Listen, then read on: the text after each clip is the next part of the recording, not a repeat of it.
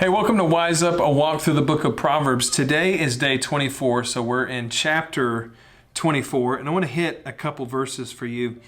Verse 5 says, "A wise man is mightier than a strong man, and a man of knowledge is more powerful than a strong man." So a wise man is mightier, and a man of knowledge is more powerful. There's something interesting about brute strength. And I know guys that just kill it in the gym and they're super strong and super muscular. But there's something here about being wise and about being knowledgeable that actually gives you an advantage. Because it's beautiful to be strong. The Bible's not against being strong. But it's saying by comparison, if you were to put the two on a scale, simply a strong man versus a wise man, or a strong man versus someone with knowledge, that the person with knowledge, the person with wisdom is going to trump the strong person every single time.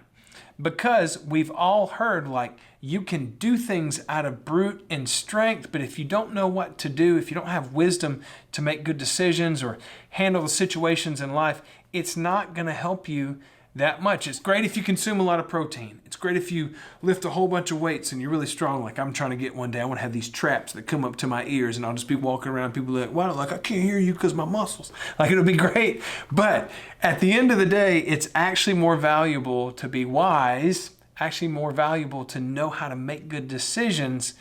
And here's the reality. Here's partly why. You may be strong for a time, but you can't maintain it, or you lose it and you don't know how to get back to it.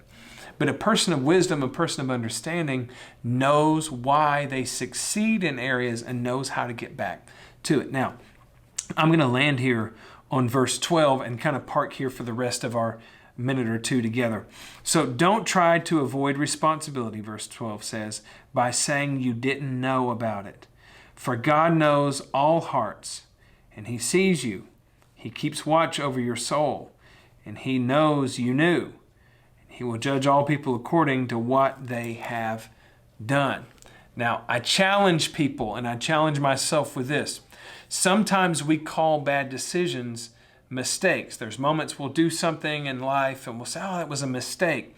Well, that term literally means a mistake. Just like I'm filming right now with my friend Jeff. He's filming all this, editing it, doing great work here. But if there's a mistake, we take that mistake out. And it may be take 2, take 3, but a mistake is literally a mistake. If it was handled the wrong way, or I said something blunderous, or my head was too shiny, looked like the power of the sun. And so a mistake is one thing. It's when I genuinely didn't know, or I was genuinely confused. However, a lot of us make bad decisions, and we'll call a bad decision a mistake when genuinely it's not. Now, let me give you kind of a word play here, or visual description, a verbal description, if I can get my words straight. A mistake is I thought the store was on the right and it was actually on the left. That's a mistake. A bad decision is I knew better, but I did not do better. Now that's a foolish thing to do, is to know better, but to not do better. And James 4:17 says, to him that knows to do good and does not do it, to him it is a sin. And so here, when anybody tries to avoid responsibility, saying that they didn't know, here's what this verse says. God knows your heart, and God sees it already. And so here's the problem. A lot of us will come to a place where we're dishonest. We'll lie, we'll be deceptive, we'll try to cover things. And the problem is, when we come to a place where not only do we become dishonest, but we begin to buy our own dishonesty, we cannot move forward and expect God's best out of our lives. So I want to encourage you to take this and be honest, continue to lean in. Let's chase after God and wise up together.